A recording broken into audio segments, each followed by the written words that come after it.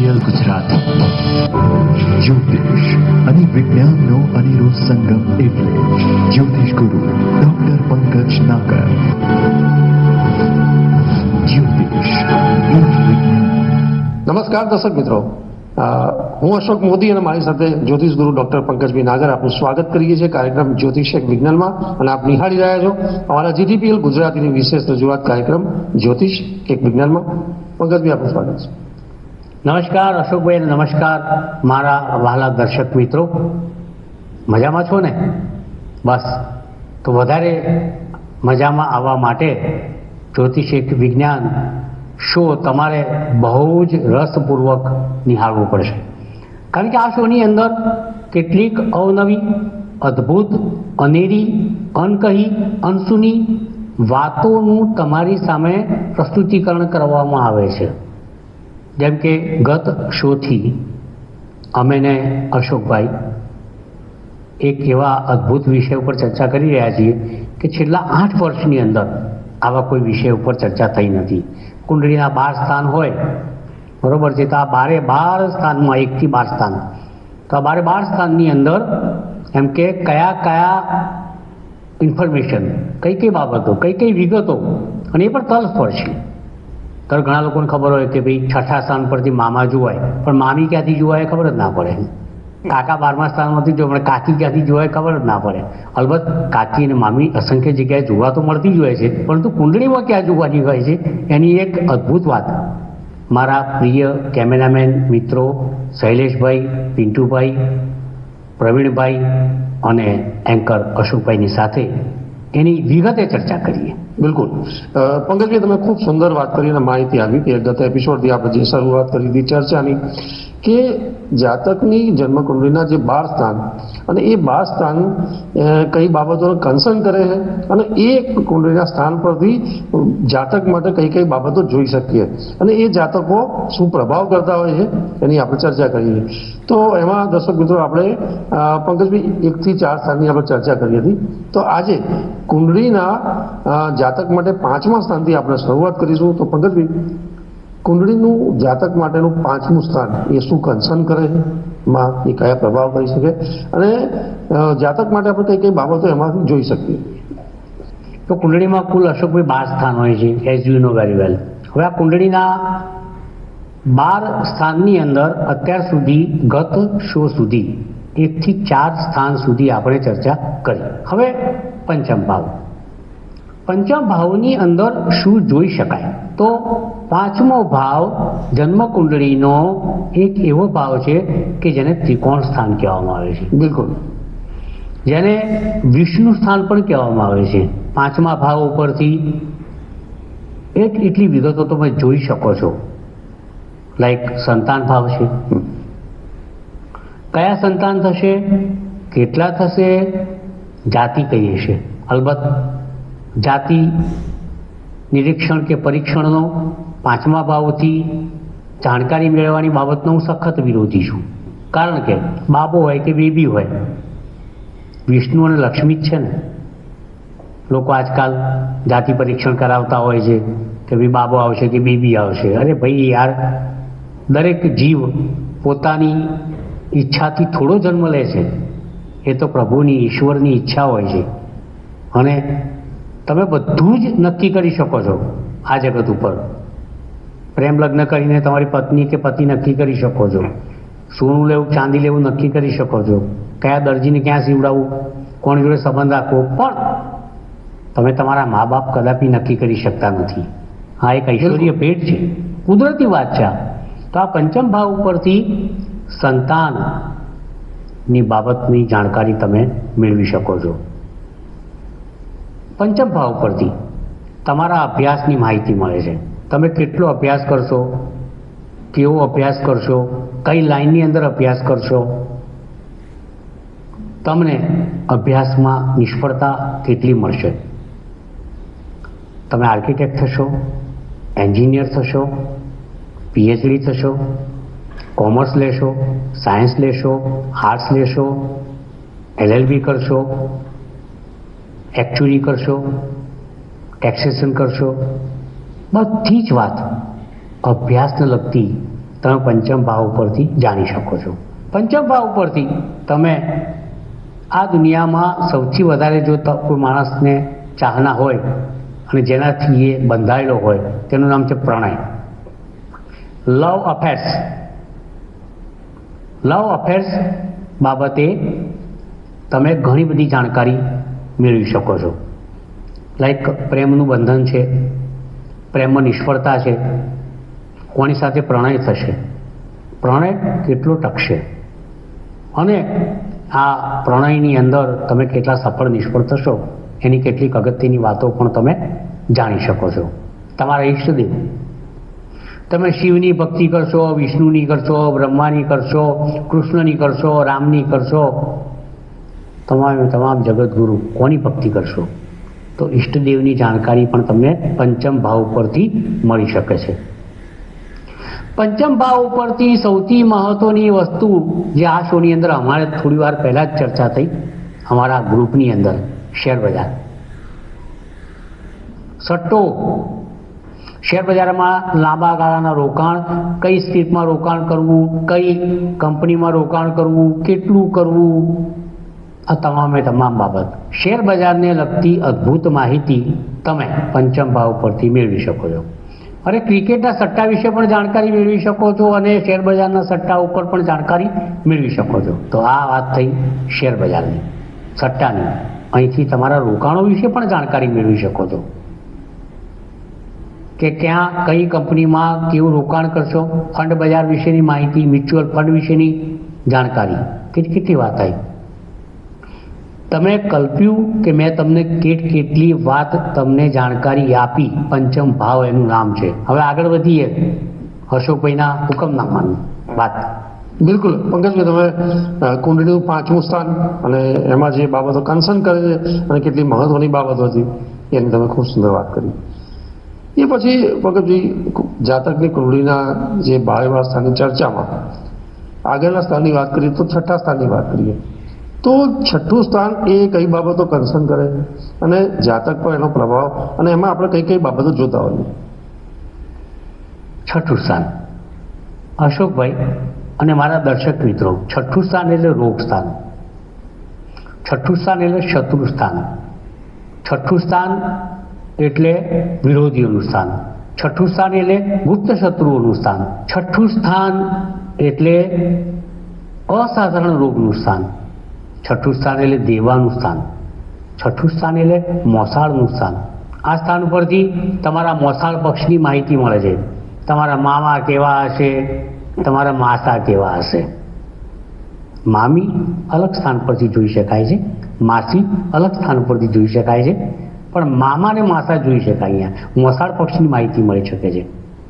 માણસના ખરેખર માથા પર કેટલું દેવું હશે, બેંક લોન મળશે કે નહીં મળે, દેવાદારી નાદારી નોંધાવશો કે નહીં નોંધાવો, તમને દરેકે દરેક એવી માહિતી મળે છે કે તમે ખરેખર દેવામાં કેટલા ડૂબી જશો. લોન લેવી આપવી, પૈસા ઉધાર આપવા લેવા, કોઈ ભયાનક રોગ, એવો રોગ કે જે જીવલેણ બની શકે. અલબત્ત નાના રોગ પણ 6થા સ્થાન પરથી જાણી શકાય છે. શત્રુઓ વિશેની જાણકારી પણ તમને મળી શકે છે. જેમ કે કઈ રાશિનો શત્રુ હશે, કયા નક્ષત્રનો શત્રુ હશે, શત્રુ ગુપ્ત હશે કે જાહેર હશે, શત્રુ કયા કારણોસર તમારો શત્રુ બન્યો હશે. અહીંથી તમારા ડૉક્ટર, વૈદ્ય, હોમિયોપેથિશિયન, એલોપેથિક ડૉક્ટરની માહિતી પણ તમને મળી શકે છે. 6થા સ્થાનને જ્યોતિષિક ભાષાની અંદર દૂર સ્થાન ગણવામાં આવે છે. દૂર સ્થાન એટલે દૂષિત સ્થાન. બિલકુલ, દૂર સ્થાન એટલે ઉપચય સ્થાન, આપોક્લિમ સ્થાન. અને આ આપોક્લિમ સ્થાન એટલે 6થું સ્થાન. પારાશર મુનિ એવું કહે છે, મંત્રેશ્વર એવું કહે છે, કલ્યાણ વર્મા એવું કહે છે કે 6થા સ્થાનનો માલિક જ્યાં બેસે ત્યાં બહુ જ અતિશય ખરાબ ફળ આપે છે. ખરાબ ફળ આપે છે, નિષ્ઠ ફળ આપે છે, નકામું ફળ આપે છે, દૂષિત ફળ આપે છે. હવે આ દૂષિત ફળનું સ્થાન એટલે 6થું સ્થાન.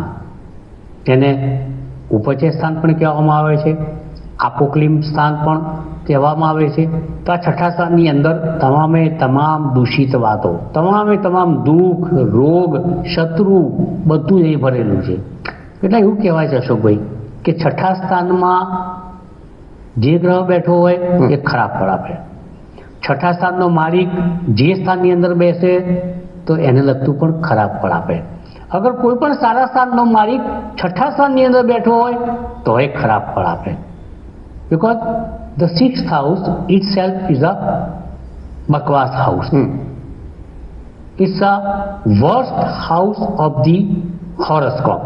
એટલે આપણે પ્રભુને પ્રાર્થના કરીએ કે ભાઈ કોઈનું પણ છઠ્ઠું સ્થાન દૂષિત હોય નહીં તો બિચારો દેવામાં ઉતરી ના જાય, તો બિચારો શત્રુઓથી ચેતતો રહે, તો બિચારો રોગથી આઘો રહે અને એનું જીવન ધાર્યા કરતાં વધારે સરળ બને, શ્રેષ્ઠ બને અને સારી રીતે જીવી શકે. કુંડળીમાં 1 થી 6 સ્થાનની ચર્ચા કરી. પહેલું સ્થાન સારું, બીજું સ્થાન મારક સ્થાન પણ ધન અને વાણીનું છે, ત્રીજું પરાક્રમનું છે, ચોથું માતા સુખ સ્થાન, પાંચમું અભ્યાસ, પ્રણય, પ્રેમ, છઠ્ઠું રોગ, શત્રુ, મસાળ પક્ષ. હવે આગળના સ્થાન વિશેની ચર્ચા અશોકભાઈ જોડે આગળ કરી. બિલકુલ. પરંતુ પંકજભાઈ, તમે કુંડળીના જે અગત્યનું જે એક સ્થાન હતું છઠ્ઠું સ્થાન કે જેમાં રોગ, શત્રુ આ બધી બાબતો જબરદસ્ત હોય છે અને એક જાતક માટે ખૂબ જ ખરાબ પરિણામો આપતા હોય છે. તો પંકજભાઈ એની પણ કંઈક વાત કરીશું આગળ, પણ એકવાર આપણે જે જાતકોના 12 સ્થાનની ચર્ચા કરવી છે. 7મા સ્થાનની વાત કરીએ. 7મું સ્થાન તો લગભગ લોકો વધારે જાતકો જાણે છે અને લોકો ઉપયોગ બી કરતા હોય છે, પણ જે પ્રેમ વિવાહ અથવા સગાઈ વખતે જોતા હોય છે લગભગ આઈ થિંક 7મું સ્થાન. પણ એ સિવાય આ 7મું સ્થાન જાતક માટે શું કન્સર્ન કરતું હોય અથવા તો કયો પ્રભાવ કરે, એમાં કઈ કઈ બાબતો છુપેલી છે એની વાત કરીએ. સપ્તમ સ્થાન એટલે કે મારક સ્થાન. મારક સ્થાનનો મતલબ કોઈને મારનારું. પણ યાર પોઝિટિવ વાત કરીએ, કરવા જઈએ તોય માર પડે એવું છે. કેમ? કારણ કે 7મું સ્થાન લગ્ન જીવનનું સ્થાન છે. હું લોકોને પૂછતો હોઉં છું કે dear, are you married or happy? Unmarried નથી કહેતો. બિલકુલ. Are you married or happy? જો તમે મેરિડ નથી તો હેપી છો, અને જો તમે હેપી છો તો મેરિડ નથી. આ સીધું મારું લોજિક છે. બરોબર છે? એટલે are you married or happy? ઈચ્છા રાખીએ કે તમારામાંથી ઘણા બધા લોકો હેપી હોય તો મોટાભાગના લોકો મેરિડ જ હોય છે. તો આ લગ્ન જીવનનું જે સ્થાન છે એ પણ સપ્તમ ભાવ છે. સપ્તમ ભાવ જાહેર જીવનનું સ્થાન પણ છે. તો સપ્તમ સ્થાન ભાગીદારી યુક્ત સાહસોનું સ્થાન પણ છે. સપ્તમ સ્થાનમાંથી ભાગીદારી જોઈ શકાય છે. સપ્તમ સ્થાનમાંથી તમારો કયો ભાગીદાર છે, કેવો ભાગીદાર છે, બુંદિયાળ ભાગીદાર છે, શુકનિયાળ ભાગીદાર છે. અગર તો ભાગીદાર તમને ભાગી નાખશે કે સાચા અર્થમાં તમારો એમ કે હિસ્સાનો હકદાર બનશે, એ સપ્તમ ભાવ પરથી જોઈ શકાય. પત્નીનો કકળાટ અને પતિની જંગલીયત. પતિ પત્ની વચ્ચેનો સુમેળ શબ્દ ના વાપરી શકાય, કારણ કે લગ્ન જીવન પછી સુમેળ કંઈ હોતો જ નથી. બરોબર છે?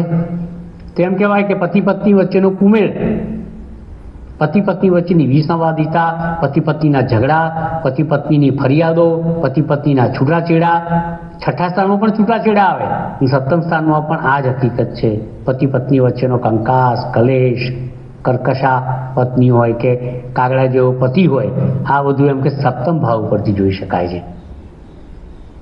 ધંધા વ્યવસાયમાં પાર્ટનરશિપ કરતા પહેલા સપ્તમ ભાવ અવશ્ય નિહાળવું જોઈએ, નહીં તો ભાગીદાર તમને દગો કરી જાય. લગ્ન કરતા પહેલા અવશ્યપણે પતિ પત્નીએ એકબીજાની કુંડળી ચોક્કસપણે મેળવવી જોઈએ, એને ન્યાય પ્રણાલિકાથી જોવી જોઈએ અને આગળ વધવું જોઈએ. અન્યથા 100 વર્ષના જીવનમાં 25 વર્ષના પૂર્ણ થયા પછી ગૃહસ્થાશ્રમમાં પ્રવેશ કરવાના આવે તો 75 વર્ષ તમને ન ગમતા પાત્ર સાથે રહેવાનો વારો આવે તો એનાથી મોટો કુઠારાઘાત, દુઃખ, વ્યથા વેદના એક પણ હોઈ શકે નહીં. જાહેર જીવન પણ અહીં આવે છે, જાહેર શત્રુઓ પણ અહીં આવે છે, તમારી પોલિટિકલ લાઈફ પણ આવે છે. તો ભાગીદારી, પોલિટિકલ લાઈફ, જાહેર જીવન, જાહેર શત્રુઓ, પતિ માટે પત્ની, પત્ની માટે પતિ, મારક સ્થાન. એટલા માટે જ પારાશરે એને મારક સ્થાન કહ્યું છે. બીજા સ્થાનને મારક સ્થાન કહ્યું છે કારણ કે ત્યાં વાણી આવે છે, ત્યાંથી મહાભારત અને રામાયણ રચાય છે. બીજા સ્થાનમાં ધન આવે છે, એમાંથી જ બધી બવાલો શરૂ થાય છે, વાણી અને ધન. અને સાતમા સ્થાનની અંદર સ્ત્રી આવે છે, સાતમા સ્થાનની અંદર સ્ત્રી માટે પુરુષ આવે છે, સાતમા સ્થાનની અંદર શત્રુઓ, જાહેર શત્રુઓ આવે છે. એટલે પારાશર મુનિએ આ બીજું સાતમું સ્થાન મારક સ્થાન ગણ્યું છે. તો આ વાત થઈ સાતમા ભાવ. અડધે પહોંચી ગયા છીએ આપણે ભાઈ. હવે અશોકભાઈને પૂછીએ કે આગળ શું કરવાનું. બિલકુલ બિલકુલ. પરંતુ પંકજભાઈ ખૂબ જ સુંદર ચર્ચા આપણે કરી રહ્યા છે કે જાતકની કુંડળીના જે 12 સ્થાનમાં જે બાબતો કન્સર્ન કરતી હોય છે ને શું પ્રભાવ કરતી હોય છે, અને એમાં આપણા પર્સનલી આપ જોઈ શકો છો કે એઝ એ જાતક તમારે એ કયા સ્થાનમાં શું કેવી પરિસ્થિતિ છે. પંકજભાઈ 8મા સ્થાનની વાત કરીશું. 8મું સ્થાન જાતક માટે એ કઈ બાબતો કન્સર્ન કરે અને એમાં કઈ કઈ બાબતો આપણે જોઈ શકીએ? અષ્ટમ ભાવ, 8મો ભાવ. જન્મ કુંડળીની અંદર સૌથી વધારે માણસ જો ડરતો હોય દર્શક મિત્રો તો એ છે 8મો ભાવ. તમે કહેશો કેમ? કારણ કે ભાઈ મૃત્યુ છે ત્યાં. કોને ગમે? મરવું કોઈને નથી. અને મરવાનો એક માત્ર શબ્દ એવો છે કે જ્યાં ડરવાની વાત આવે છે. 8મા ભાવની અંદર આ છે, મરવાની વાત છે. અને આ મરવાની વાતથી ઓટોમેટિકલી ડરવાની વાત પણ આવી જાય છે. 8મા ભાવની અંદર હરસ છે, મસા છે, પીડા છે, આયુષ્ય છે, મૃત્યુ છે. 8મા સ્થાનમાં બાપ દાદાની દાટેલી ધરતીમાં મિલકત પણ છે, અણધાર્યો ખજાનો છે. 8મા સ્થાનની અંદર ગુપ્ત ધન છે. 8મા સ્થાનની અંદર લોટરીનું ધન પણ છે. 8મા સ્થાનમાં રહેલા ગ્રહોનો એક સંકેત છે કે 8મા સ્થાનનું મૃત્યુ ક્યાંથી આવે છે? 6ઠા સ્થાનમાંથી આવે છે. કારણ કે રોગ થકી મૃત્યુ થાય છે, અકસ્માત થકી મૃત્યુ થાય છે. અકસ્માતનું સ્થાન પણ 8મું જ છે. એટલે 8મું સ્થાન મારી દ્રષ્ટિએ આખી જન્મકુંડળીમાં ફરતા ફરતા જોવા જઈએ અશોકભાઈ તો it's a house of great philosophy. It's a house of great philosophy. અને આ ફિલોસોફી એક એવી ફિલોસોફી છે કે જેનાથી માણસ હંમેશા ભયભીત રહે છે કે મેરા ક્યાં હોગા. એનું નામ 8મું સ્થાન છે અને એને પણ ખાડાનું સ્થાન કહેવામાં આવે છે. 6ઠું, 8મું ને 12મું સ્થાન ખાડાનું સ્થાન છે. બિલકુલ. કારણ કે 6ઠ્ઠા સ્થાનમાં રોગ છે, શત્રુ છે. 8મા સ્થાનની અંદર મૃત્યુ છે અને 12મા સ્થાનની અંદર જેલ, યાત્રા, વ્યય. કોને ગમે આ બધું? શત્રુઓ ગમે? રોગ ગમે? મૃત્યુ ગમે? ના ભાઈ ના. કોને ગમે? વ્યય ગમે? જેલ ગમે? ના ગમે. તો આ 6, 8, 12 સ્થાનની એક રામ કહાણી છે. અને એમાં 8મું સ્થાન એક એવું સ્થાન છે કે જેનાથી અચ્છા અચ્છા વિરલાઓ, અચ્છા અચ્છા મર્દ પણ ગભરાઈને ઢીલી ગેસ જેવા થઈ જતા હોય છે. એનું નામ છે 8મું સ્થાન. તો મિત્રો આપણે પ્રથમ સ્થાનથી 8મા સ્થાન સુધીની ચર્ચા છેલ્લા એપિસોડથી કરી રહ્યા છીએ. પુનઃ રીકેપ કરું તો પ્રથમ સ્થાન સ્વભાવ, વલણ, આકૃતિ, દેખાવ, મસ્તકનો ભાગ, જન્મસ્થાન જેથી માણસ જન્મ લે છે. બીજું સ્થાન ધન સ્થાન,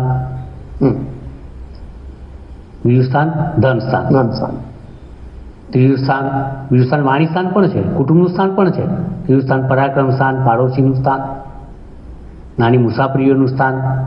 ચોથું સ્થાન સુખ સ્થાન, હૃદય સ્થાન. 5મું સ્થાન સંતાન સ્થાન, રોકાણોનું સ્થાન, પ્રણયનું સ્થાન, ઈષ્ટદેવનું સ્થાન, લોટરીનું સ્થાન. 6ઠું સ્થાન રોગ, શત્રુ, મોસાળ, છૂટાછેડા. 7મું સ્થાન પતિ પત્ની, ભાગીદારી, જાહેર જીવન, જાહેર શત્રુ.